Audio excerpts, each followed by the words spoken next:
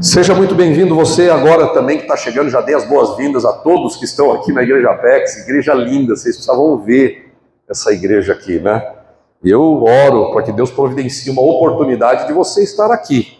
Nós estamos muito felizes com quem já está aqui. Nós somos um grupo feliz. Nós somos uma igreja alegre e feliz por quem nós já somos em Cristo e entre nós.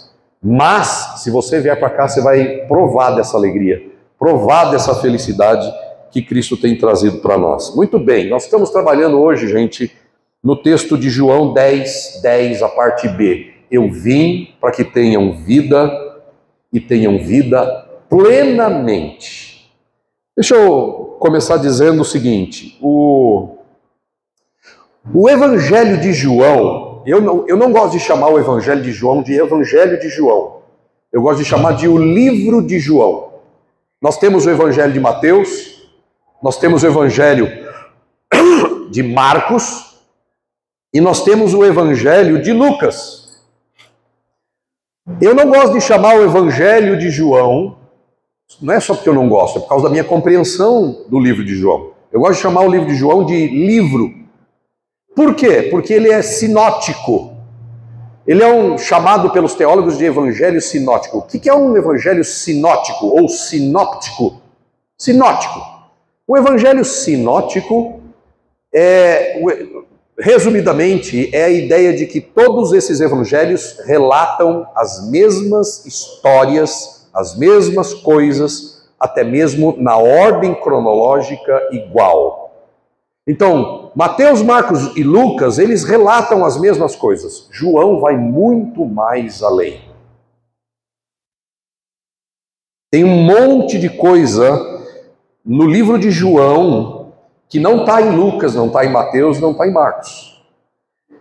E entender a palavra de Deus desse jeito, se dedicar à palavra de Deus desse jeito, a ponto de você entender as coisas, e não precisa cavar muito fundo. Quando você pega a Bíblia, e se você está interessado em fazer sua vida de verdade ser uma vida extraordinária, uma vida como Jesus chama de vida, faria bem você e eu, se a gente não tivesse uma Bíblia que não fosse de estudo. Você pode ter uma Bíblia que você carrega para todo lugar, mas você e eu precisamos de uma... Eu preciso muito mais, porque eu sou o pastor da igreja, então eu preciso me alimentar forte para trazer a vocês, essa é minha responsabilidade. Trazer a vocês um alimento do céu, fresco, que alimenta, que faz você ficar forte, maduro, firme, cheio de fé, crescendo, avançando. Eu preciso cavocar muito mais fundo, não somente pela minha vida, mas também porque eu lidero vocês. Eu estou apontando o caminho da vida. Eu não estou aqui fazendo um grupo de palestras. A minha ideia aqui não é fazer um grupo de palestras. É apontar o caminho da vida. Eu sou só uma bandeira, uma placa, um farol que aponta para algum lugar. E o lugar que eu aponto para vocês é Jesus e tudo que Ele nos ensinou. Então, se você quiser realmente viver esse tipo de vida, você precisa cavocar um pouco mais fundo.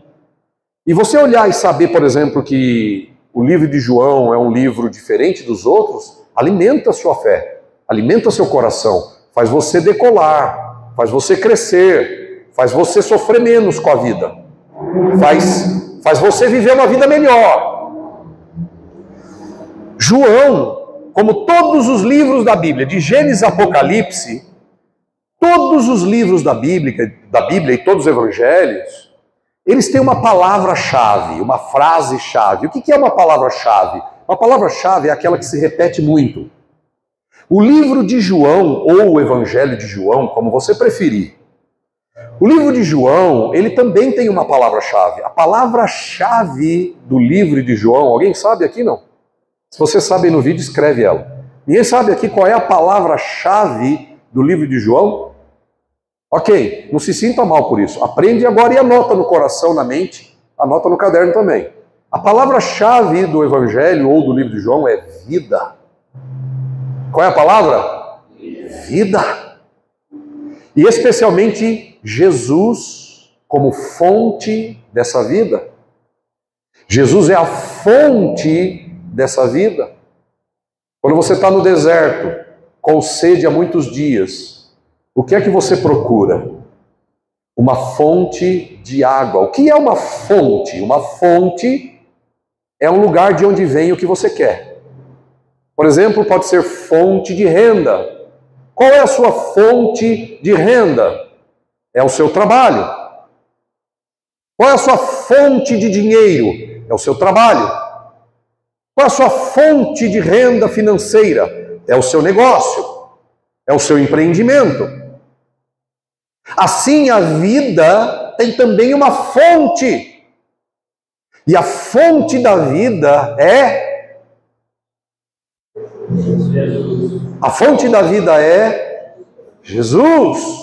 E o Evangelho, ou o livro de João, tem essa palavra-chave: vida. Vida. Você já se fez essa pergunta sobre esse texto de João? Não precisa tirar o slide não precisa tirar não. Você já se fez essa pergunta quando você lê essa passagem do livro de João, capítulo 10, verso 10, foi falada por Jesus, e João registrou. E o que Jesus disse na parte B? Você já decorou comigo no início. O que Jesus disse? Eu vim para que tenham vida e a tenham plenamente. Outras versões eu gosto dessa expressão. Com abundância. Eu não gosto de com. Eu gosto de vida abundante, porque é o que está escrito lá. Eu vim para que vocês tenham vida abundante. Diga isso. Quantos acham, ou acreditam, ou creem, ou querem ver uma vida muito mais abundante acontecendo na sua vida no dia a dia? Eu desesperadamente quero isso, eu trabalho para isso. Eu trabalho no sentido de eu me dedico a isso. Se é uma coisa que eu quero da parte de Deus, é ter essa vida abundante. Agora, você já se fez essa pergunta quando você lê esse texto? Está escrito, Jesus disse, eu vim para que tenham vida e vida abundante. Você já se fez a pergunta do tipo, de que vida ele está falando? Peraí, se o texto está dizendo que eu vim para que tenham vida e vida com abundante, você pode pensar, peraí, mas eu já estou vivo. Espera um pouco aí. O texto da Bíblia está dizendo que ele veio dar vida, mas eu já sou vivo. Eu já estou vivo. Que tipo de vida ele está dizendo que veio dar? Outra coisa, se Jesus diz que ele é que vem dar vida e vida plena ou abundante, que vida é essa então que eu estou vivendo? Que vida é essa que a maioria dos seres humanos estão vivendo? Se Jesus disse que ele é a fonte de vida e que ele veio para dar vida, o que as pessoas têm aí fora? Não é vida? Que tipo de vida Jesus de verdade está falando? Para você e eu entendermos um pouco melhor, seria necessário, eu não vou, talvez você ache para mim, Guilherme, Gênesis 2, 16 e 17, enquanto eu vou falando aqui, seria importante a gente dar uma olhada para aquilo que está no começo da Bíblia. Para você entender o que Jesus quis dizer quando ele disse que veio para dar para você e para mim vida. Seria necessário olhar para Gênesis 2, 16 e 17, que diz o seguinte, o Senhor Deus ordenou ao homem. O que Deus ordenou ao homem? Diga. Coma livremente de qualquer árvore do jardim. Beleza? Muito bem. Verso 17. Mas não coma da árvore do conhecimento do bem e do mal, porque no dia em que dela comer...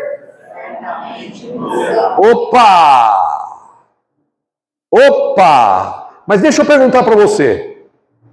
No dia que Adão e Eva comeram do fruto, que não tem nada a ver com sexo, como muita gente acredita, nada a ver com sexo, muito menos com uma maçã. Essa ideia de que era uma maçã, não está escrito maçã ali, tá? Esquece maçã. Ah, o símbolo do pecado é maçã. Besteira. Não tem símbolo. Não tem símbolo. E também não é o sexo. Nada disso. Deus já tinha dito para Adão e para Eva, crescei e multiplicai-vos. Não tem como multiplicar sem sexo. Então Deus, quando criou o homem e a mulher, ele já falou, faça sexo. Sexo é uma coisa de Deus. Só que os homens transformaram numa coisa chamada prostituição, que destrói. Sexo é vida, como diz uma propaganda de um remedinho. Sexo é vida. Tem gente que quer viver tanto que não para de fazer sexo. Só que a vida não vem do sexo. E eu não vou falar sobre sexo porque o assunto não é sexo. Uma hora eu falo sobre sexo.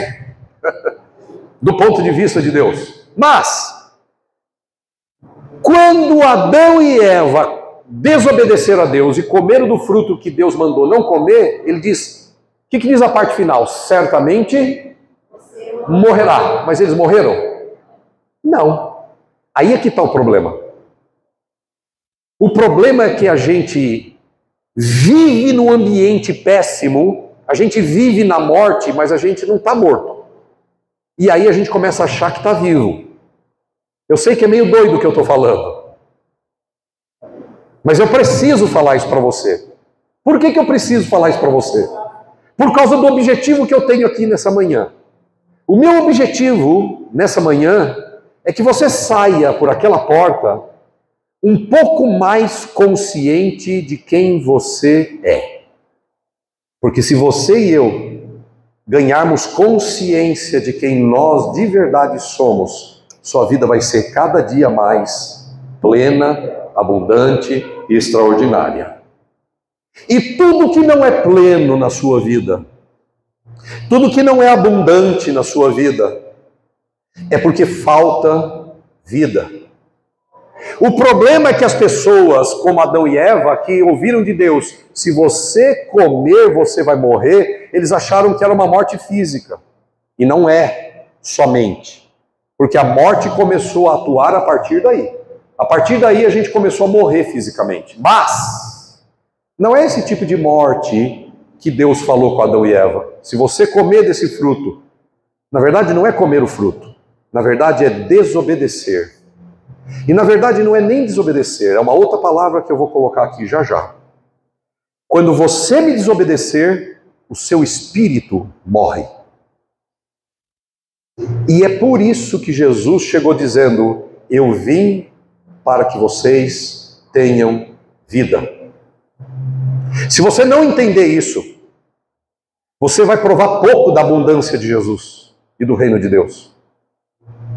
Se você não entender que tipo de morte está dentro da sua vida, como se livra dela, como eu identifico ela, como eu me livro dela, e como é que eu posso ter vida dessa vida do tipo que Jesus falou que veio para dar. Se você não entender isso, você vai viver pouco das abundâncias, da plenitude que ele veio trazer, da vida extraordinária que eu estou dizendo aqui. Então é necessário que a gente cresça. Cresça no quê? Na consciência do que é essa morte que Gênesis falou. E cresça na consciência do que é essa vida que Jesus disse que veio dar. Porque senão você olha para você e você se acha com vida. Eu olho para mim e falo, pô, mas eu já estou vivo. Mas do ponto de vista de Deus, escute isso, do ponto de vista de Deus e do ponto de vista do resultado da vida das pessoas, muita gente está morta. Muita gente está morta por causa do que vive no dia a dia. Ok. Jesus disse, eu vim para que vocês tenham vida e uma vida plena e abundante. O que é que o ser humano tinha antes de desobedecer a Deus? Você viu lá que o homem desobedeceu a Deus e comeu do fruto que Deus mandou não comer. E como era a vida do homem antes de desobedecer a Deus? O que o ser humano, o homem ser humano, o que o ser humano tinha antes de desobedecer a Deus? O ser humano, ele tinha segurança. O ser humano, ele tinha direção. O ser humano, ele tinha poder. E o ser humano tinha sabedoria. E de onde vinha a segurança do ser humano? De onde vinha a direção do ser humano? Quando Deus criou o mundo? De onde vinha o poder do ser humano? De onde vinha a sabedoria do ser humano? Vinha da relação íntima do ser humano com o Deus Criador. Do Deus Criador e da relação íntima de Adão e Eva, do ser humano com Deus, emanava, fluía segurança. Se você quiser entender melhor o que eu estou falando quando eu digo segurança, direção, poder e sabedoria, eu sugiro que você assista no YouTube o vídeo do domingo passado, porque eu falei claramente o que é segurança, o que é direção, o que é poder e o que é sabedoria. Assiste lá esse vídeo. Chegando em casa, faz isso. Se é que você de verdade quer ter vida, do tipo que Jesus falou, do tipo que Jesus prometeu. No mundo dos crentes, no mundo dos cristãos, no mundo dos discípulos de Jesus, nós temos dois tipos de pessoas. Nós temos aquelas que só creram em Cristo e a vida é a mesma, desde sempre. Não é uma vida abundante, não é uma vida plena, não é uma vida extraordinária. Está cheio de gente dentro da igreja que não tem uma vida plena, que não tem uma vida abundante, que não tem uma vida extraordinária. Mas tem um outro tipo de gente cristã, discípulo de Cristo, que cada dia mais está vivendo uma vida plena, uma vida abundante, uma vida extraordinária. Está crescendo nisso. Que grupo você quer fazer parte? Daqueles que têm uma vida medíocre, sendo crente, sendo cristão, ou uma vida extraordinária, plena e abundante, segundo Jesus promete? Eu já fiz minha escolha. Eu quero a vida plena, abundante, extraordinária que Jesus promete. Como é que era a vida das pessoas? A vida das pessoas que Deus tinha criado, a vida do ser humano que Deus tinha criado, era uma vida segura, cheia de direção, de poder e de sabedoria. E isso vinha da relação íntima com Deus. E o que o ser humano era? O que era o ser humano? Escuta a minha pergunta. O que era o ser humano? O ser humano, ele era e ele tinha coisas que nós queremos. O ser humano que tinha uma intimidade com Deus, uma relação íntima com Deus, que Deus fazia parte da vida deles. Esses seres humanos, o que eles eram e o que é que eles tinham? Ele tinha tudo que eu e você queremos. Eles tinham vida boa. Você não quer uma vida boa? Eles tinham estabilidade. Eles tinham felicidade. Eles tinham bem-estar. Eles tinham espontaneidade. Eles tinham bons relacionamentos. Eles tinham crescimento e maturidade. Eles tinham trabalho prazeroso. Olha, esse negócio é legal. Eles tinham trabalho prazeroso. Não era aquela coisa do tipo que aparece aqueles memezinhos no Instagram, né? Segunda-feira é o urso se arrastando. Sexta-feira é o trio elétrico, todo mundo pulando, sextou. Olha, se você vive nessa esfera, do segunda você é um urso se arrastando, e na sexta você é um sujeito eletrizado, cheio de alegria, porque chegou o fim de semana, você não entendeu ainda o que é vida abundante.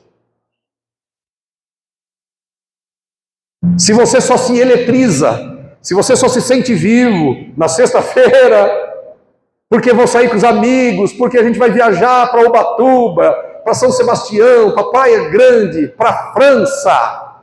Se você só vive uma vida alegre na sexta-feira em diante, você não entendeu o que é vida plena. Porque Adão e Eva, quando tinham uma relação íntima com Deus, com a fonte da vida, eles tinham um trabalho prazeroso. Segunda era igual a terça, que era igual a sexta, que era igual a quinta, que era igual a quarta, não importava o dia nem o trabalho, eles eram felizes, eles faziam coisas de uma maneira prazerosa. O que os seres humanos tinham na relação íntima com Deus, com a vida? Eles tinham leveza, vida leve. Pode emagrecer o que você quiser e a vida continua pesada para muitos. Tem gente que acha que depois que emagrece a vida vai ficar mais leve. Aí perde bons quilos da silhueta, mas não perde os quilos da mente, não perde os quilos da alma, não perde a morte de vista. A solução para a sua vida, minha irmã e meu irmão, não está em emagrecer, está em se elevar. Elevar é diferente de emagrecer. O que o ser humano tinha? Eles tinham paz, eles tinham alegria, eles tinham satisfação. Gente, aí então a pergunta é a seguinte: o que é que aconteceu? O que foi que aconteceu? Aconteceu uma palavra.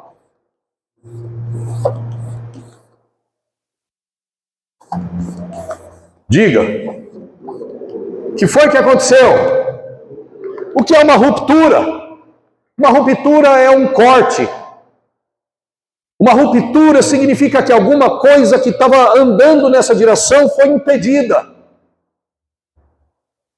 A ruptura é parar o fluir de alguma coisa que estava fluindo. Ruptura é o impedimento de alguma coisa que estava andando. Adão e Eva estavam andando, a vida fluía. Havia felicidade, alegria, tudo aquilo que eu já falei. E depois que houve a ruptura, diga a palavra. É uma palavra um pouco mais difícil, mas é importante. Nós vamos crescer em tudo, gente. Até no nosso vocabulário e entendimento. Houve uma ruptura. Houve uma quebra do relacionamento íntimo entre o ser humano e Deus.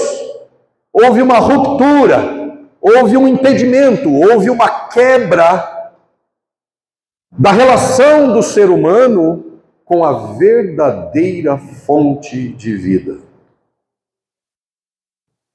O ser humano parou de buscar vida na fonte de vida. E como é que passou a viver o ser humano, então, a partir daí? Aí, o ser humano que queria trabalho prazeroso, alegria, bem-estar, leveza e etc., tudo que eu já falei, como é que ele passou a viver e como é que ele passou a se sentir? Ele começou a sentir inquietação. Depois da ruptura, ele começou a sentir inquietação. No lugar da satisfação, brotou insatisfação, insegurança, instabilidade, medo, preocupação, ansiedade, agitação da mente, do coração, correria na vida, estresse, tédio e tédio, relacionamentos problemáticos, solidão. Olha, solidão. No meio, o ser humano passou a sentir solidão no meio de tanta gente. Quantas pessoas se sentem só? Você acredita que tem gente que se sente só no meio da família? Talvez você tenha sentido assim. Talvez esteja se sentindo assim. Quanta gente se sente só dentro da família, dentro do casamento, mulheres sentindo-se só, homens sentindo-se só. A ruptura, ela causou um desequilíbrio. A ruptura causou um desequilíbrio entre o que você quer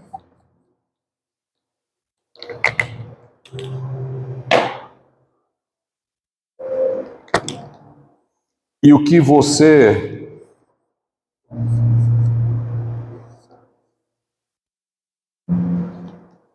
sente.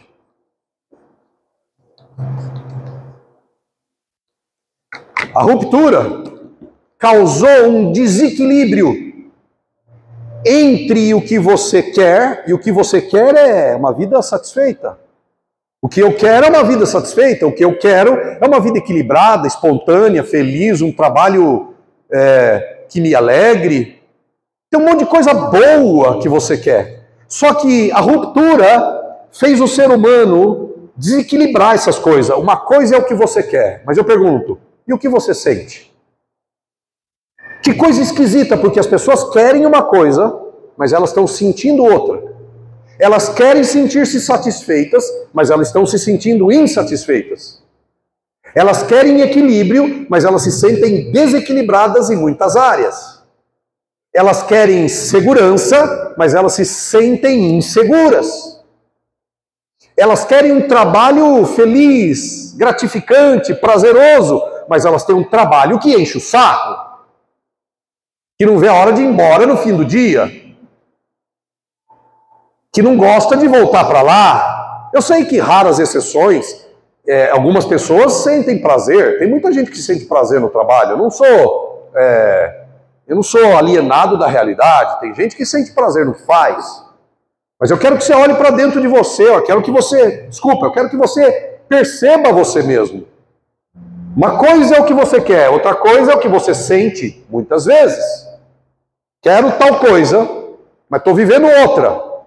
Quero tal coisa, mas eu sinto outra. Então a ruptura, a quebra do ser humano com uma relação íntima, constante, real, com a fonte de vida, fez as pessoas sentirem-se desse jeito. Eu quero uma coisa, mas eu vivo outra.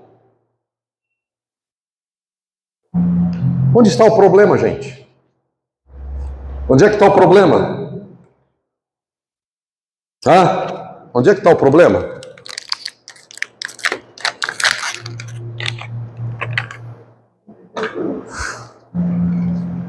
Pastor prevenido vale por 2. Onde é que está o problema? Essa aqui não vai escrever ainda. Cadê o Junião para ficar chacoalhando aqui? Tó, chacoalha até a tinta descer, você, Davi. Até a tinta descer aí. Mas presta atenção, tá? Não fica olhando para a caneta. Você perde. Onde é que está o problema? Onde é que está o problema? O problema está? Aonde está o problema, gente? O problema está na ruptura. Por quê? Porque depois da ruptura, depois que a gente permitiu que essa quebra acontecesse na relação íntima do ser humano com a fonte da vida, depois que essa ruptura, mantenha essa palavra na mente, ruptura. Depois que essa ruptura, obrigado, Davi. Tá bom, você vai esquecer isso. Tá com a tampa aí também não? Depois que essa ruptura aconteceu, olha que coisa doida que aconteceu. Antes da ruptura, quando eu disser ruptura, o que eu estou querendo dizer? Lembre-se, eu não vou repetir mais isso. Ruptura é a quebra da relação do ser humano com a fonte da vida. E quando a gente está lá na relação com a fonte da vida, então nós somos vida. Quando a minha relação com a fonte da vida é real, quando a minha relação com a fonte da vida é diária, é viva, é gostosa, é desejada, quando a minha relação com a fonte da vida é restaurada, então eu passo a, diga isso aqui, eu passo a ser. O que eu passo a ser? Eu passo a ser vivo. Eu passo a ser vivo. Se antes eu era morto, por causa da ruptura, agora eu passo a ser vivo. Tá difícil isso, gente? Não. É quando a ruptura acontece e a gente não faz nada por isso. Quando a ruptura acontece, quando a quebra na relação acontece e a gente não se mexe para resolver essa ruptura, a gente vive morto. E aí o que aconteceu com as pessoas que... Vai apertando, meu amor, até descer o preto até embaixo na coisa. Vai chacoalhando e apertando. O que acontece com o ser humano que ele era vida? É vida, ele é vida. Diga para a pessoa do seu lado, olha, a intenção de Deus é que você seja vivo. Deus quer que você seja vida. Deus não quer que você tenha vida. Deus quer que você seja vida. Precisamos entender direito Jesus Cristo. Jesus não quer que você tenha luz. Jesus quer que você seja luz. Porque se você tem luz, uma hora você pode não ter. Uma hora você não paga a conta, a luz é cortada. Vem a Enel e pjauf. Você não pagou a conta. Quem tem luz corre o risco de ficar sem. Mas quem é luz, tem luz em abundância para sempre. Desde que cuide de manter o relacionamento. A ruptura que eu falei para vocês fez o homem o quê? Ao invés de somente ser, ele começou a mudar para o... O que está escrito aqui? Fazer. O que está escrito aqui? Depois que a ruptura aconteceu, o homem passou de ser para fazer e ter. E aí? Pronto, amor, muito bom, coitado. Glória a Deus, vamos aplaudir Jesus que a tinta chegou, gente. Aleluia. É brincadeira. Aí ficou mais ou menos assim, olha, a vida, veja se não é assim que a vida talvez seja para você. Ao invés da gente ser, a gente começou a olhar e focar em fazer e ter. E aí a vida ficou assim. Então, eu faço, aí eu tenho, e aí pelas coisas que eu faço e pelas coisas que eu tenho, eu acho que eu sou. Tem muita gente que acha que é aquilo que ela faz. Tem muita gente que acha que é aquilo que ela tem. E se eu tirar tudo que você tem? E se eu tirar tudo que você faz? Quem é você? E se Deus tirar e remover da sua vida tudo que você tem? Incluindo filhos, esposa, marido, porque não pense ao contrário não. Se Deus tirar tudo de você, não estou dizendo que Ele vai fazer isso. Não foque nisso, eu estou só ilustrando uma ideia. Se Deus tirar tudo de mim, ou se a vida tirar tudo de mim, quem sou eu?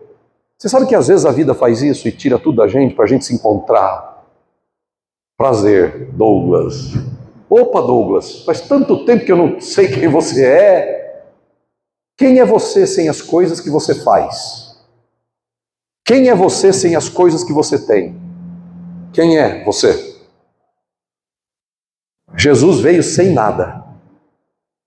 Nada. Deus escolheu encarnar na pessoa de Jesus sem nada. Por quê? Porque Ele é a fonte da vida. Então Ele vem ensinar a gente sobre isso. Sabe, gente? Isso aqui é errado. Isso é errado. E assim ficou a vida do ser humano com a ruptura. Sem relacionamento íntimo, real, verdadeiro. Toda hora eu falo. Com Deus. Eu fiquei sem vida. Nós ficamos sem vida. E aí, como a gente está sem vida, a gente começa, ao invés de... A gente não sabe mais quem a gente é. Né? Então eu não sei quem eu sou. Não sei quem eu sou. Então o que eu vou fazer? Então eu vou fazer alguma coisa. Opa, eu fiz alguma coisa, agora eu tenho alguma coisa. Opa, eu tenho alguma coisa. E aí depois do que eu faço, eu tenho, eu acho que eu sou. Tem muita gente que acha que é rico porque tem coisas. E se tirar as suas coisas? Quem é você? Tem gente que acha que está vivo porque tem um monte de mulher. Tem gente que acha que está vivo porque tem vários homens. Tem gente que acha que está vivo porque tem várias casas. Tem gente que acha que está vivo porque progrediu um pouquinho e comprou uma outra casa na praia. Tem gente que acha que está vivo que antes não tinha um carro, agora tem um carrinho. Tem gente que acha que está vivo porque antes não tinha esposa e agora tem. Tem gente que acha que está vivo porque não tinha cliente, agora eu tenho cliente. Tem gente que acha que está vivo por um monte de coisa que faz e por um monte de coisa que tem. Por que isso é assim? Por causa da ruptura. A ruptura tirou a gente do ser e levou a gente para o fazer. Então as pessoas fazem, aí elas têm, aí elas acham que são. Tá claro isso, gente? Mas qual é o certo? O certo é você ser.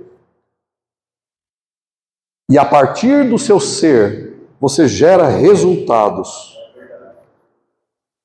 Não me entenda mal, não é que você não vai ter e ter é errado. Não estou dizendo isso. Não estou dizendo que você não pode ter, que você não pode conquistar. Não é isso que eu estou falando. Isso é bobeira. Eu não estou falando disso, gente. Sabe o que eu estou falando? Eu estou falando disso aqui, ó. Tem gente que está aqui, ó. Beleza? Imagina que você está aqui, ó. Esse pontinho aqui. Tá bom? Aí, você pensa assim. Bom, eu estou aqui. Beleza? E aí, como a relação com Deus foi rompida e não está construtiva, não está acontecendo, aí o que você pensa? Pensa assim, bom, eu estou aqui, mas peraí, eu estou aqui, mas como é que eu estou me sentindo? Ah, mas eu estou me sentindo insatisfeita, estou me sentindo com medo, estou me sentindo desequilibrado, estou me sentindo que falta coisa, então eu estou triste. Então vamos supor que você está aqui e você está triste. Beleza? Estou aqui. E aí o que você pensa? Você pensa assim, bom, eu estou aqui e eu olho para cá, tem umas pessoas que estão aqui. Já sei, eu vou fazer e eu vou ter. O que eu vou fazer e o que eu vou ter? Ah, eu vou fazer e eu vou ter o que essa pessoa aqui de cima tem. Porque essa pessoa aqui de cima, ela parece feliz. E aí você quer chegar aqui para ser feliz. E aí você começa a pensar que se você tiver o que a pessoa de cima tem, se você tiver uma casa que você não tem, se você tiver uma mulher que você não tem, se você tiver um marido que você não tem, se tiver a roupa que você não tem, se você tiver o que o outro aqui em cima tem, então aí eu vou ser feliz, aí eu vou ser pleno. Então veja, não é mais pelo que eu sou, nem pelo que a minha conexão com a vida, mas eu começo a acreditar que se eu tiver, e aí você se esforça e vem para cá, beleza? Opa, cheguei! Cheguei no meu apartamento novo, cheguei nos meus móveis novos, cheguei na minha casa de campo, cheguei na viagem que eu queria. Aí você chega aqui, só que você encontra um monte de gente aqui que também está olhando para cá. Você chega aqui e você tem um monte de gente que está olhando para cima. Não, nós somos infelizes. Nós só seremos felizes quando chegar aqui. Eu quero chegar aqui. Se eu chegar aqui, aí sim eu vou ser feliz. E aí você olha e vive um tempo aqui, e você achou que se chegasse aqui você ia ser feliz, e aí você começa a perceber, não está funcionando. Eu não me sinto satisfeito. Eu não me sinto feliz, eu não me sinto pleno. Eu não me sinto alegre. Eu não me sinto. E aí o que você faz? Já sei. Tem um tanto de gente aqui. Então, a gente tem que subir. Sabe onde vai? Qual o problema disso? Sabe qual é o problema disso? Isso aqui nunca acaba. O problema disso é que isso aqui, de subir, nunca acaba.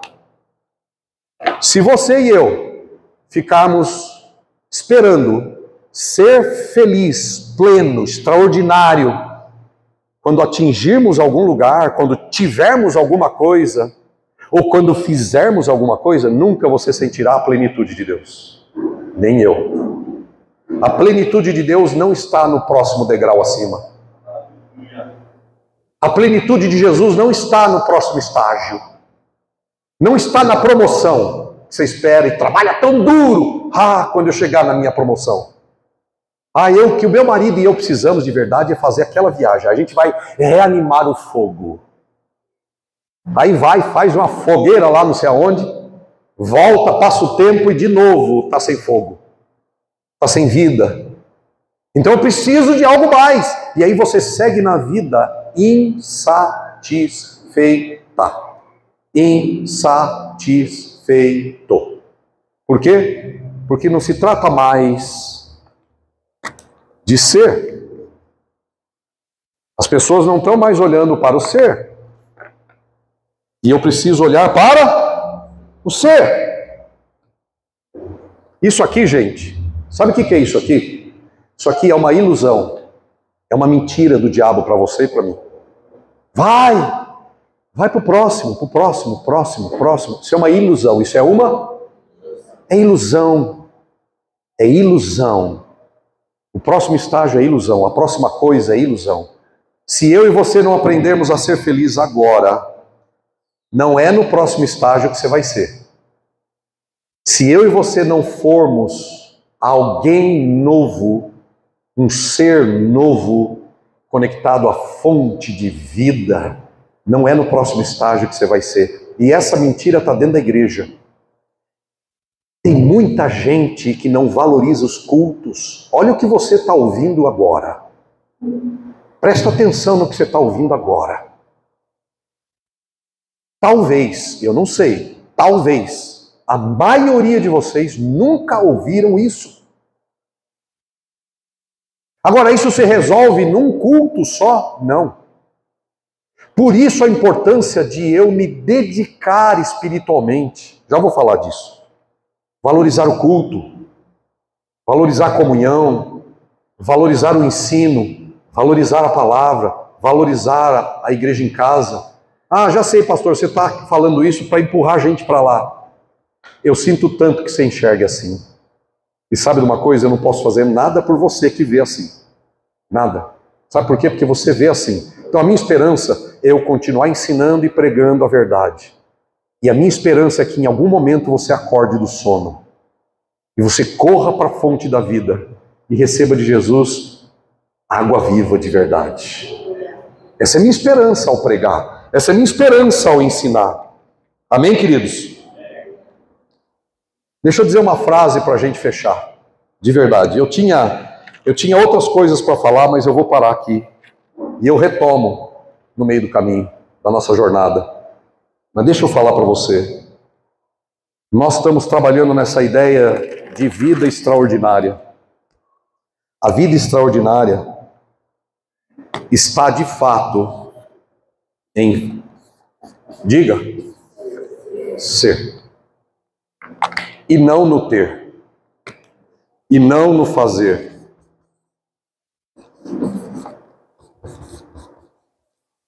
A vida extraordinária não está no fazer e não está no ter. Mas se você se dedicar a ser, se você buscar o ser, se você beber da fonte, se Deus mantiver você, mas eu já criei em Jesus, eu já aceitei Jesus, eu já fui batizado. Pois é, e depois disso? E daí? E daí? Como você vem crescendo em beber da fonte da vida? Porque é aí que mora o segredo. Não é ter crido em Cristo, não é ter recebido Jesus, ter sido batizado. Sinceramente, meus irmãos, eu vou chocar alguns agora. Tem muita gente, e para muita gente isso não quer dizer absolutamente nada. Não muda a vida. Mesmo crendo em Cristo e sendo batizado, porque a pessoa creu, foi batizada e não se dedica em crescer. Permanece a mesma pessoa. E não é suficiente. Por isso que Jesus disse, diga comigo, aquele que de mim se alimenta. Aquele que de mim se alimenta. Por mim viverá. Glória a Deus. Quando você se alimenta uma vez no ano, você está morto. Você está morta. A ruptura está fazendo parte da sua vida. E essa é a grande causa das suas insatisfações e tristezas. 90% ou mais dos seus problemas e dos meus seriam resolvidos se você gastasse mais energia em ser do que em ter e em fazer. E acredite você, que se você buscar o ser e se dedicar a ser, as coisas que você precisa, elas aparecerão na sua vida, pode ter certeza. Eu vou usar o exemplo do Guilherme aqui, mas é só um exemplo, tá bom? Que esforço você fez para ter o carro? Nenhum. Você pode pensar assim, mas eu trabalho bem lá, eu me dedico mais e tal. Mas espera aí, vale um carro zero? Não é zero, mas vale um carro novo? Nesse valor? Assim de bônus? Então veja que quando você trabalha em ser, você viu o que o Guilherme foi falando aqui?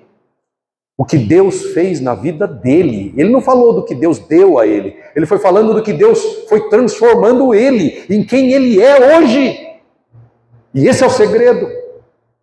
É por isso que Jesus disse para a gente buscar o reino de Deus e a sua justiça, e as demais coisas serão... meu irmão, entende? Quer anotar uma frase boa? Então anota essa. Aquilo que você procura não está onde você busca.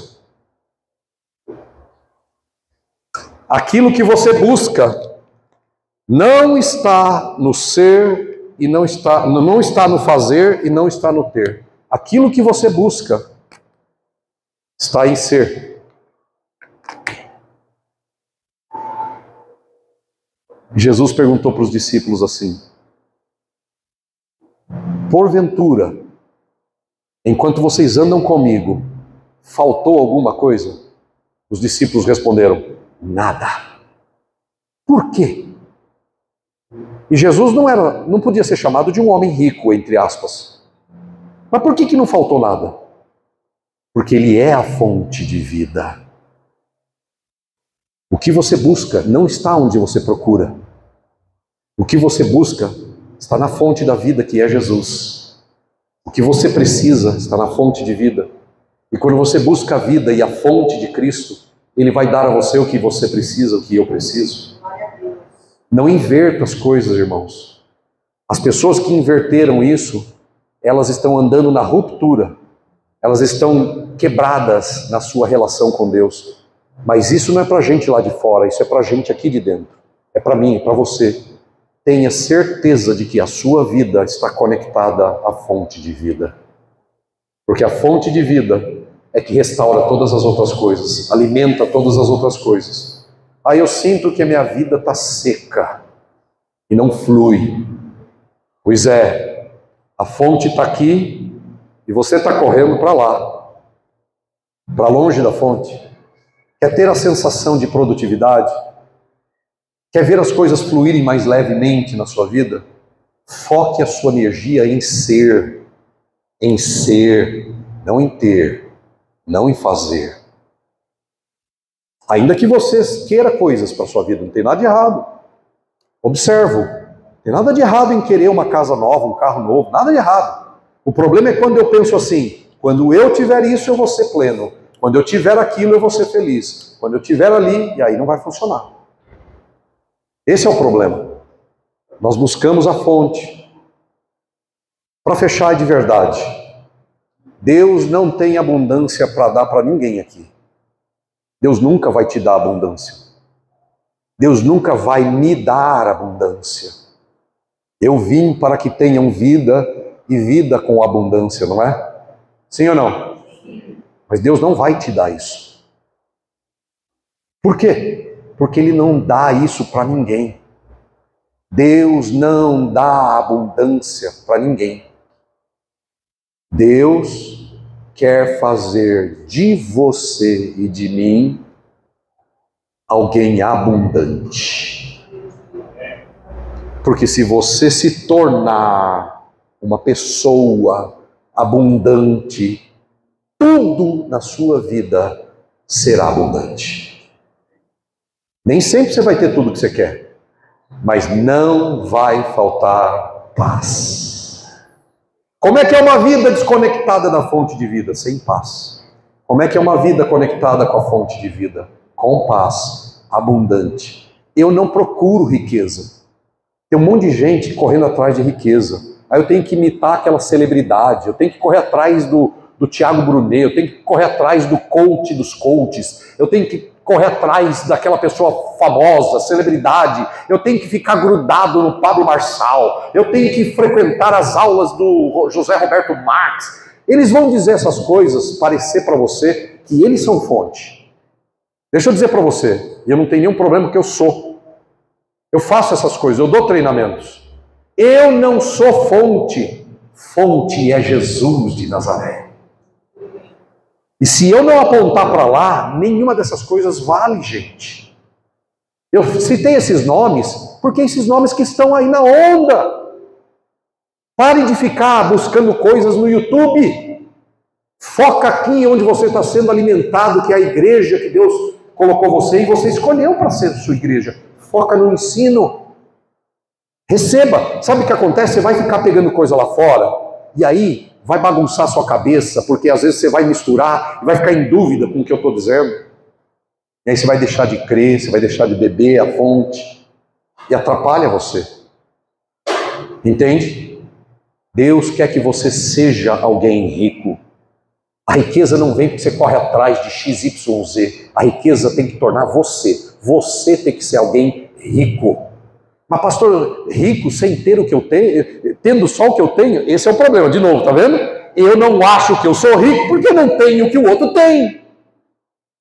Quando você se achar rico, talvez a riqueza volte para a sua mão. Quando você se achar abundante, talvez a abundância volte para a sua mão. Amém, queridos? Jesus é a fonte de vida. Jesus é a conexão que a gente pode ter para restaurar, tirar o buraco do meio, tirar a desconexão do meio, tirar a ruptura do meio e fazer você e eu termos uma vida abundante. Amém? Amém. Glória a Deus. Louvado seja o nome de Jesus. Vamos ficar de pé.